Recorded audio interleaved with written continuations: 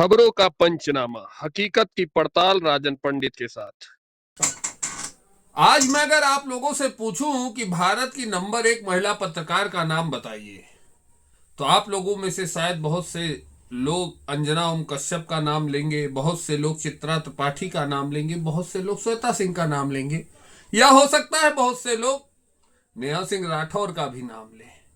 लेकिन मेरा दावा है कि आप सब गलत हैं, क्योंकि वर्तमान समय में इस देश की जो नंबर 1 महिला पत्रकार हैं वो प्रज्ञा मिश्रा जी हैं। प्रज्ञा मिश्रा, उल्टा चश्मा की मालकिन प्रज्ञा मिश्रा जी, ये इतनी बड़ी पत्रकार हैं कि ये मोदी का कैरेक्टर रोल लिखती हैं, इस देश के प्रधानमंत्री का कैरेक्टर रोल लिखती हैं कि उसे कितनी बार मंदिर जाना चाहिए और कितनी बार नहीं जाना चाहिए, उसे क्या करना चाहिए और उन्हें क्या नहीं करना चाहिए, ये बताने का रुतबा और दम प्रज्ञा मिश्रा जी के अंदर है।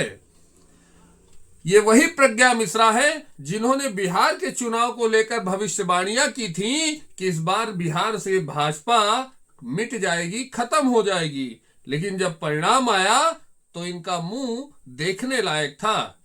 इन्होंने कल एक नया वीडियो रिलीज किया है। बहुत दिनों से मैं इन्हें इनवाइट कर रहा था, क्योंकि एक ब्राह्मण बहन है, ये ब्राह्मण बालिका है, बहन है हमारी, लेकिन जब कल कुछ हद से ज्यादा हो गया तो अब बोलना जरूरी हो गया है।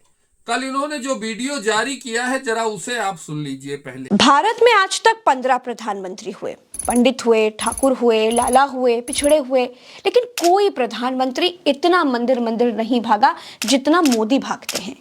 भैया, हाल ये हो गया है कि ये पुजारी हैं कि ये प्रधानमंत्री ये खुद दो भूल गए हैं। ये पीएमओ में कम, मंदिर प्रांगण में ज्यादा रहते हैं। अब तक जितने प्रधानमंत्री भये, सबके पास कुछ ना कुछ काम तो रहता था। जैसे नेहरू को आईआईटी, आईआईएम, एम्स, इसरो वगैरह वगैरह सब बनवाना रहता था, तो भैया ईटा, सरिया, मोरिंग, गिट्टी वगैरह में व्यस्त रहते थे, उनके पास समय ही नहीं होता था। शास्त्री जी को पाकिस्तान वगैरह को मुंह तोड़ जवाब देना रहता था, ताशकंद समझौता वगैरह करना होता था, तो वो उधर व्यस्त रहते थे। इंदिरा गांधी, राजीव गांधी, चंद्रशेखर, वीपी सिंह, मनमोहन सिंह, ये सब कुछ ना कुछ करके गए। मंडल आयोग, आर्थिक सुधार, कंप्यूटर को लाने वगैरह में व्यस्त रहते थे। लेकिन भाई साहब, फिर भारत को मिला 18 घंटे काम करने वाला प्रधानमंत्री, जो इतना खाली था कि उसने मन की बात करने के लिए रेडियो को चुना। वो इतना खाली था कि परीक्षा पर चर्चा करने लगा, इतना खाली था कि बादलों में रडार छिपाने लगा, नाली की गैस से चाय बनाने लगा, इतना खाली था कि जब ईमेल नहीं था तब वो ईमेल भेज लेता था, जब कैमरा नहीं होता था तब डीएसएलआर से फोटो खींच लेता था। वो इतना खाली था, जो स्टेशन था ही नहीं वो उस पर भी चाय बेच लेता था। वो इतना खाली था, वो हिमालय पर तपस्या भी कर लेता था और अमेरिका भी घूम लेता था। वो इतना खाली था कि भिक्षा मांगकर जीवन जीने की कहानियां सुनाता था। वो प्रधानमंत्री इतना खाली था कि शौक शौक में नोटबंदी कर देता था। अब खालीपन की इम्तिहान ये है कि सोमनाथ मंदिर पर मुगलों ने 1000 साल पहले हमला किया था, उसके 1000वें उत्सव में डमरू बजाते हुए पहुंच गए। ये देखिए, ये प्रधानमंत्री नरेंद्र दामोदर दास मोदी जी हैं। कभी इस मंदिर, कभी उस मंदिर, कभी ये भेष, कभी वो भेष। इस देश में एक आम मध्यम वर्गीय पुरुष रोज मंदिर नहीं जा पाता। क्यों नहीं जा पाता? क्योंकि उसे घर चलाने के लिए काम करना पड़ता है, मेहनत करना पड़ता है। सोचिए, जिसके पास देश चलाने की इतनी बड़ी जिम्मेदारी है, वो जब मंदिर मंदिर घूमता है तो कितना खलियार होगा। प्रधानमंत्री भारत का काम नहीं करते हैं, वो भाजपा का काम करते हैं। मंदिर मंदिर घूमना भारत के प्रधानमंत्री का काम नहीं है। तो सुना ना भाइयों, इन्होंने इस देश के आज तक के जितने प्रधानमंत्री हुए हैं उनके बारे में पूरा कैरेक्टर रोल लिख दिया है, और खास करके नरेंद्र मोदी के बारे में। इस वीडियो में इन्होंने तमाम बातें बताई कि मोदी से पहले जितने प्रधानमंत्री हुए उनके पास काफी ज्यादा काम थे, लेकिन नरेंद्र मोदी बहुत खलिहर है। मैं आपकी इस बात का समर्थन करता हूं प्रज्ञा मिश्रा जी। मोदी बहुत बड़े खलिहर हैं, क्योंकि महापुरुष ऐसे ही होते हैं कि जो काम आम आदमी 10 घंटों में करता है उसे एक महापुरुष 1 घंटों में कर सकता है, अपने दिमाग के बलबूते पर, अपनी कार्य क्षमता के बूते पर। आज मैं कुछ आंकड़े आपको भी बता रहा हूं और इस देश की जनता को भी बता रहा हूं, जो ये सिद्ध करेगा कि मोदी जैसा खलिहर नेता हो तो देश में क्या क्या हो जाता है। उन आंकड़ों की पूरी लिस्ट मैं लेकर आया हूं। कि खलिहर मोदी के जमाने में इस देश में क्या क्या हो गया है। 2014 तक इस देश में 90,000 किलोमीटर के नेशनल हाईवे थे, जो आज 1,60,000 किलोमीटर पहुंच चुके हैं। बीते 11 सालों में लगभग 70,000 किलोमीटर की बढ़ोतरी हुई है। यानी उन 64 सालों में 90,000 किलोमीटर नेशनल हाईवे इस देश में थे, जो आज 1,60,000 किलोमीटर के लगभग नेशनल हाईवे हो गए हैं। यह है मोदी का खलिहरपना, यह है मोदी का मंदिर जाने की ताकत। 2014 तक इस देश में 7 एम्स थे जो संचालित थे, जिनको लेकर आपने नेहरू के बारे में काफी कसीदे पढ़े हैं। तो 2014 तक इस देश में 64 सालों में मात्र 7 एम्स बनवाए गए थे, लेकिन 2025-26 का आज दिन है कि इस देश में 25 एम्स कॉलेज हैं, जिसमें 20 संचालित है और 5 निर्माणाधीन है। यह है मोदी का खालीपन। मेडिकल कॉलेजों की बात करें तो 2014 तक जो लंबी लिस्ट प्रधानमंत्रियों की आपने गिनाई है, उनके दौर में 64 सालों में 380 मेडिकल कॉलेज पूरे भारत देश में थे, जो 2026 आते आते 800 प्लस हो चुके हैं, जो वर्तमान समय में संचालित है। यह है मोदी के मंदिर जाने की ताकत और मोदी के खालीपन का परिणाम। एमबीबीएस सीटों की बात कर ले तो 2014 तक इस देश में 51,000 के लगभग एमबीबीएस सीटें हुआ करती थी छात्रों की पढ़ाई के लिए, जो आज की डेट में 1,30,000 पहुंच चुकी है। ये मोदी के खालीपन का नतीजा है, ये मोदी के खलिहरपन का नतीजा है, 18 घंटों के काम करने का नतीजा नहीं है।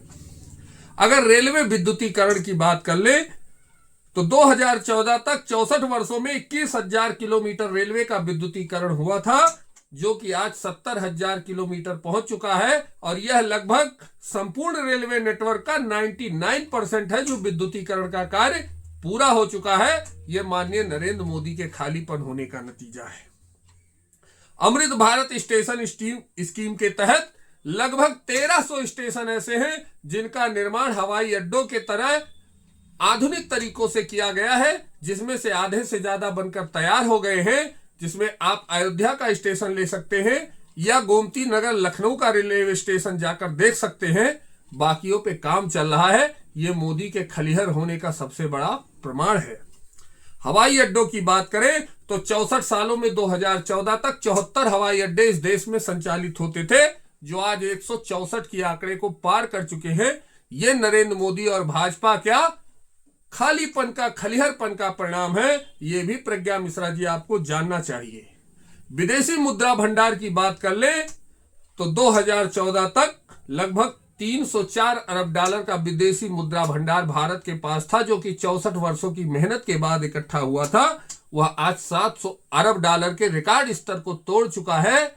मौके पर 698 अरब डॉलर का लगभग भारत का विदेशी मुद्रा भंडार है।